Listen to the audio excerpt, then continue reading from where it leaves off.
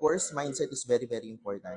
Sabi nga nila, if meron kang mind fuck, you can fuck your life. Kung meron kang mindset, you can set your life. Meron isang book, and yung isang book, ina-explain niya yung tinatawag na the machine. Most of the people, iniisip nila in order for you to create results, ang something na kailangan mong baguhin is with the actions, right? Pero nag-start siya sa pinaka-beginning, which is the thoughts. Ano yung ibig sabihin ng thoughts? Thoughts affect your feelings, affects your emotions, and yung emotions mo nag-a-affect ng decisions mo, and yung decisions mo nag-a-affect ng actions mo, which leads to results. So, ibig sabihin, kung meron kang negative thoughts, you will feel not good.